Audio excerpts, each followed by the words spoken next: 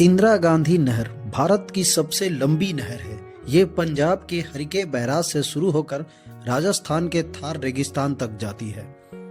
ये वही नहर है जिसे राजस्थान की जीवनदायिनी कहा जाता है। इसी नहर की वजह से एशिया के सबसे बड़े रेगिस्तान में हरियाली लाया जा सका।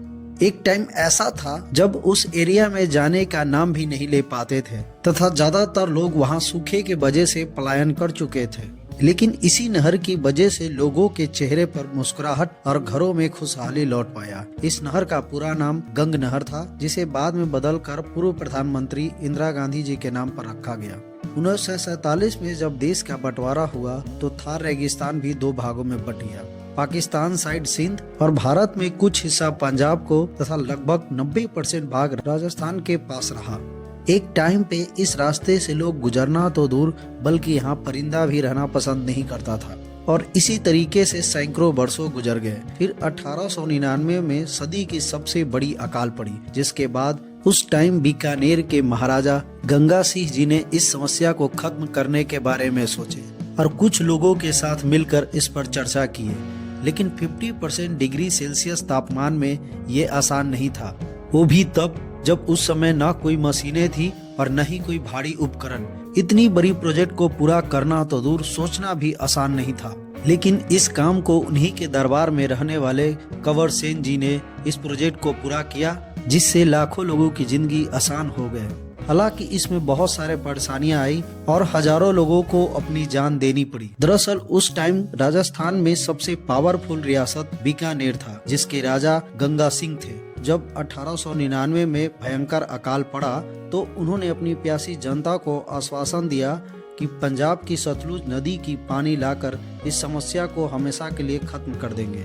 इस नहर निर्माण की प्रक्रिया को पूरा करते इससे पहले ही 1899 की अकाल के वजह से उस एरिया के ज्यादातर लोग पलायन कर चुके थे। लेकिन इसके बाद गंगा सिंह जी ने अपनी जमीन देकर राजस्थान के दूसरे इलाके और कुछ पंजाब के इलाके से लाकर वहां लोगों को बसाए, जिसे आज गंगा नगर के नाम से जाना जाता है। इस नहर ने बीकानेर और उसके आसपास के इलाकों की दिशा और दशा दोनों चेंज कर दिया। हालांकि पैसों की कमी के वजह से उस टाइम इस प्रोजेक्ट को गंगा सिंह जी पूरा नहीं कर पाए और 1943 में कैंसर की वजह से महाराजा गंगा सिंह जी का मृत्यु हो गया। लेकिन उससे पहले ही उस टाइम के बेस्ट इंजीनियर कंवर सेन जी, जो उन्हीं के दरबार में रहा करते थे, उनके द्वारा इस पूरे प्रोजेक्ट की ड्राफ्ट को तैयार करा चुके थे।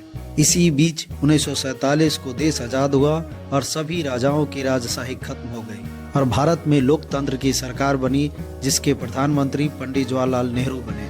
कंवर सेन जी ने इस प्रोजेक्ट के ड्राफ्ट को उस समय के तत्कालीन प्रधानमंत्री जी के हाथों में सौंपे, जिसके बाद उस टाइम के गृह मंत्री गोविंद बल्लभ पंत जी के द्वारा इस प्रोजेक्ट को हरी झंडी मिली और इसका सारा रिस्पॉन्सिबिलिटी कंवर सेन जी को दिया गया, क्योंकि उन्हीं के द्वारा ये ड्राफ्ट तैयार किया गया था।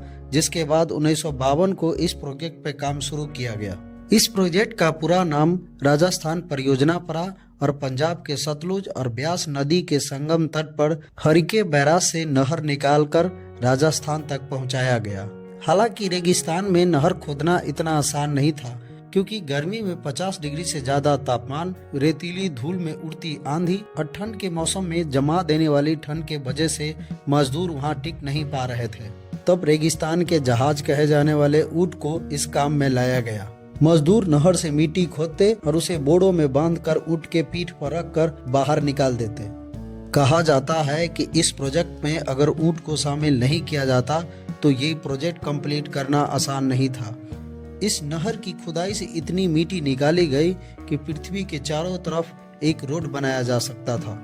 ये नहर लगभग 650 किलोमीटर लंबा है, जिसे कई चरणों में बनाया गया। इस परियोजना में दो नहर शामिल किए गए। पहली राजस्थानी फीजर, जो लगभग 205 किलोमीटर लंबी है, और दूसरी मुख्य नहर, जो लगभग 445 किलोमीटर लंबी है। इस नहर का 170 किलोमीटर लंबा हिस्सा पंजाब और हरियाणा में और शेष राजस्थान में है। इस प्रोजेक्ट में राजस्थान की सूखी मिट्टी को हरा भरा किया ही, साथ ही इंसानों के चेहरे भी हरे भरे हो गए। लोगों को खेती और पीने की पानी के साथ साथ इस एरिया की इंडस्ट्री के लिए पानी की समस्या को भी खत्म कर दिया। इस परियोजना के बाद लगभग 1200 क्यूसेक पानी पीने, इंडस्ट्री, आर्मी और इलेक्ट्रिसिटी के लिए स्टोर किया गया। बाकी सभी आगे फॉरवर्ड कर दी गई, जिसमें चूरू, श्रीगंगानगर, हनुमानगढ़, बीकानेर, जैसलमेर, बाड़मेर और नागौर जैसे रेगिस्तानी डिस्ट्रिक्ट शामिल है। 2017 में इस नहर की पानी की कमी को देखते हुए इसके द्वारा सिंचाई की गई एरिया को घटाकर 16,17,000 हेक्टेयर कर दिया गया।